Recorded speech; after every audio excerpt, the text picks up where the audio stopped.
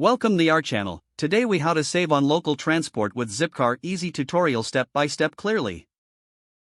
To save on local transport with Zipcar, follow these easy steps. First, visit the Zipcar website or download the Zipcar app. Create an account if you don't already have one. Complete the required information, including your driver's license details. Choose a Zipcar membership plan that suits your needs. After setting up your account, locate a Zipcar available in your area. Use the map feature to find the nearest car. Check the availability of the selected vehicle. Once you've chosen a car, reserve it for the date and time you need. Confirm your reservation and take note of your reservation number. On the day of your reservation, arrive at the location a few minutes early. Use the app or your Zipcar to unlock the vehicle. Inspect the car for any damage before driving. Familiarize yourself with the vehicle's features and controls. Plan your route to your destination before you start driving. Remember that fuel and insurance are included in your reservation cost.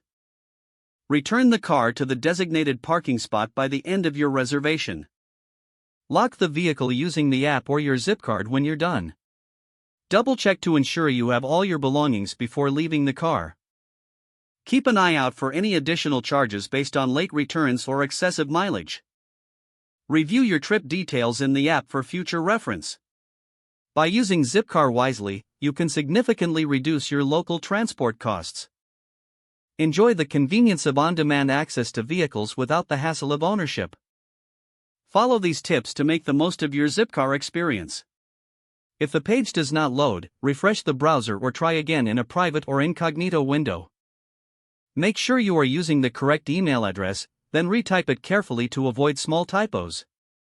If your password is not accepted, use the reset option and create a new strong password you can remember.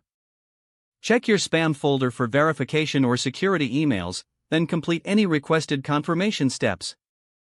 Don't forget to like this video and subscribe to our channel for more step-by-step tech guides.